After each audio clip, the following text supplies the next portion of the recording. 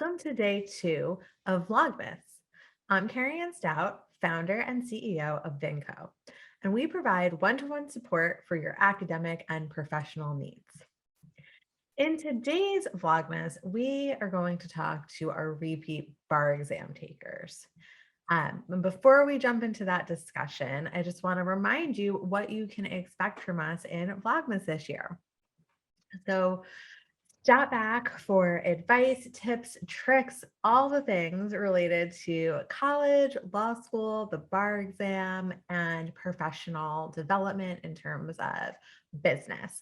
So we are kicking off with a bar exam video because we are squarely in bar prep season, but there are going to be lots of diverse and different topics this year. So make sure that you hit subscribe so that you are getting our latest videos delivered right to you.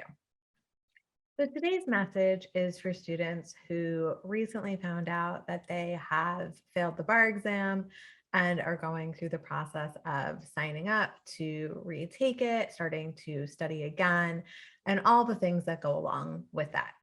And I really want this video to serve as a message of hope and encouragement. This is a really hard and trying time in your life, whether you kind of expected the results to be that you didn't pass or whether it was a total shock. Dealing with and processing those emotions are hard. And some stuff might come up for you during this process, right? You might feel inadequate, not good enough, not smart enough, like a failure, like you can't do it, like you're never going to be able to do it. Might be feeling concerned about what other people think of you, feeling concerned about how will I balance working or parenting or whatever else I have going on in my life while studying for the bar exam. And all of that can be really overwhelming. And I want to start by saying those feelings are totally valid. Whatever is coming up for you, I want to encourage you to let it come up. Don't ignore it. Don't stuff it down. That only makes it get stronger and louder and harder to deal with the further you get into bar prep. You need to deal with these feelings and emotions. And some advice that was given to me that I think is really helpful in this situation is that feelings are not facts, right? We can have all sorts of irrational feelings that are not rooted or based in reality. I too have those same feelings of being a failure, being not good enough, and things like that, not smart enough. And then I examine the evidence of the situation before me and I'm able to look at it more objectively.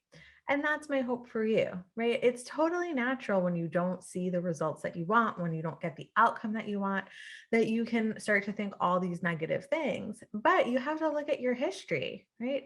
You graduated college with good enough grades to get into law school. You graduated from law school to be qualified to take the bar exam. These are huge accomplishments, major accomplishments, things that most people don't do, right? Many people start on this journey and don't finish. And you finished, you got your law degree and you're sitting for the bar exam. And the evidence, and we're in the legal field, so evidence should matter to us. The evidence suggests that you absolutely can do this. And when you take a step back and look objectively, you'll be able to see that. But that doesn't mean that this experience doesn't suck, right? And you have to make space to feel those feelings and figure out a way to move through them so that you can focus on the task ahead. And a general word about the bar exam, right? This is a gatekeeping mechanism. In my opinion, it's not a fair gatekeeping mechanism. There are a lot of issues with the exam and who passes and who fails. And there's been a lot of issues with the exam with COVID and all of online testing and all of that. And, you know, I'll be damned if I'm going to let anyone define themselves or their self-worth by a test and what's on the paper. You are so much more than the bar exam. And the bar exam isn't even the goal. The bar exam is the obstacle that is between you and the goal. And so it's just a thing you have to do. It's not who you are, and it says absolutely nothing about your value as a person. And the more that you elevate the test and become one with your results, right? You allow the results to become your identity, the harder and bigger and scarier this obstacle becomes. And so I want to encourage you, set aside the unfairness of the test, set aside the I should have passed and if it had just been this way, because those things may very well be true. And we can and should fight the injustice of the test. And we do here at Vinco. And I would be so happy to be out of a job because they eliminated the bar exam. I believe that in my heart. We will find something else to do. Um, but don't fight those things while you study for the bar exam. This is a big task. It's going to take a lot of your time and energy, and you can and should fight those things and deal with those things later. Right now, focus on the task in front of you and getting through it. And blaming the test and the system and all of that isn't going to help you reach your goal. It's valid. It's probably true in many situations, and it's something systemically that needs to be addressed.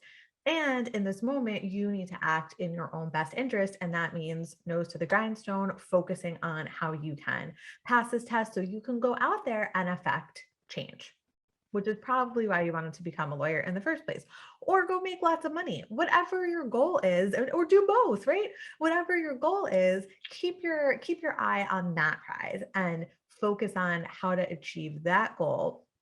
And the way to that, the way through that is the bar exam. No matter what your situation is, someone has walked in your shoes, right? I'm working full time. I have 2 kids. I have 3 kids. I have a newborn baby. I have a sick parent. I have a long commute. I'm clerking for a judge and he or she is a nightmare. I have a big corporate job and I'm working lots of hours.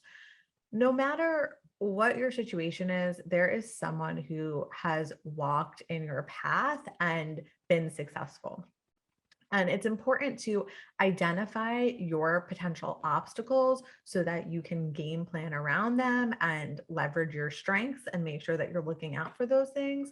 But don't allow those obstacles to become so big that you feel like you're the only person in the world who has this situation and that you'll never be able to overcome them, because that's not true. We at Vinco primarily work with repeat takers, and we have seen it all. We've seen 50, 60 point jumps in one administration. We've seen people who are working 60, 70 hours a week pass the exam, people who had health issues, who had sick kids, sick parents, um, emotional, mental health stuff going on, all of the things. There is a blueprint for success for your situation, right? Just keep that in mind.